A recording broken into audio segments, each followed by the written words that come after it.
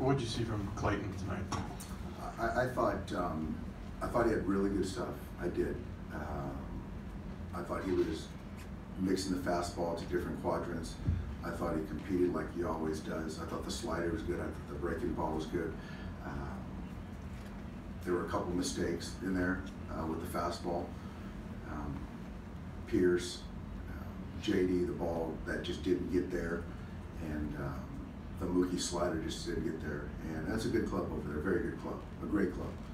And so when he did make a mistake, they hit it out of the ballpark. And you got to give credit to David Price over there. He pitched a heck of a ball game and couldn't put hits together, couldn't get base runners, and really stress them at all. So it was pretty straightforward, but I can't say enough about what our guys did, and unfortunately we came short again this year. Bradford on the third row. Dave, what can you say just to sum up your club this year? All year you've kind of gone up to the edge and always come back from it, and finally just ran up against a really good team. Well, I can't say enough about our ball club, the fight, the compete. All year when it didn't look so good, our guys stuck together, stayed the course, and believed in one another, and put ourselves in a chance to win a championship. And that's not easy to do. To get to the World Series where two teams are playing at the end, it's very difficult. There's a lot of hard work that comes with it, a lot of sacrifice, and you got to have good players. And we did that this year. Our backs were against the wall numerous times, and there were markers and points where we could have went the other way.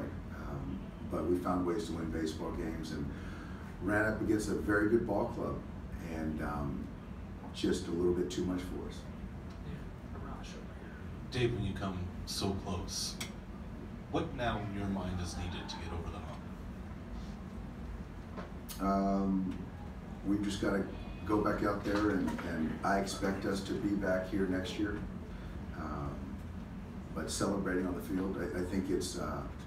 I think the culture, the players, as far as the large majority are in place.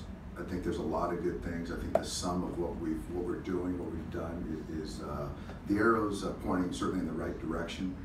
And baseball is so unpredictable. You got to obviously give yourself a chance to get to the postseason, and once you get there, you just got to be playing your best baseball.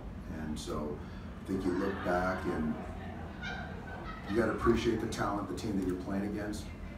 I don't think we played our best, but part of it, and you got a lot of it, is you got to give credit to the opponent. And we had a lot of time to think about this one, but again, spring's going to be around the corner, and like I said, I expect us to be back here next year. Second row here. I know you will be discussing this with the front office over the coming months, but just from your gut, where do you believe this team needs to improve in order to win the World Series, and in any specific areas? No, no. I think that's something that we're going to have a lot of time to kind of think through, and not everyone's going to be back. So, when you're talking about backfilling and how things go, so right now to kind of figure out where we need to go, that's a tough one. We have a lot of time for that. Like I said, our guys in the front office do a heck of a job to put us in a position to get the players, and we'll get over the hump. It's not easy. It hurts, it's disappointing, all that. But to say we didn't win a championship and to say it was an unsuccessful season, I think that's doing a disservice to everyone in that clubhouse. A few more, Barry, to your right. Hey, Doc, as far as you personally, correct me if I'm wrong, they still have an option to pick up Buck for you for next year, right? That hasn't happened yet, right? No, it hasn't happened yet, and honestly, I'm just kind of feeling for the guys in the clubhouse right now, and feeling their pain, the coaches, and all that stuff. There's time for all that stuff. So how do you, the 3 years can't be judged as anything but a success with the NLCS and the 2 World Series. How do you evaluate it, and what do you want to do going forward? Well, my plan is to manage the Dodgers. I love the city, I love the organization, everything that it's about. And I love the high expectations, and that's the way it should be. you know, I can always get better, and you know, I do believe that we're doing a lot of good things. And so for me, like I said, Barry, I told you 3 years ago that it's a dream job for me, and making these men grow and be better men, teammates, you know, mentors, role models in the community.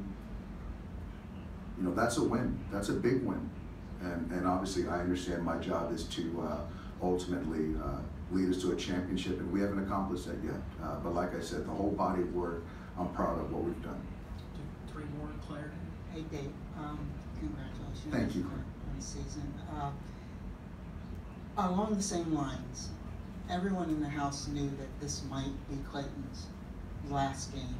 Did you say anything to him after the game, or where is that in your mind and heart, and what would you say to him?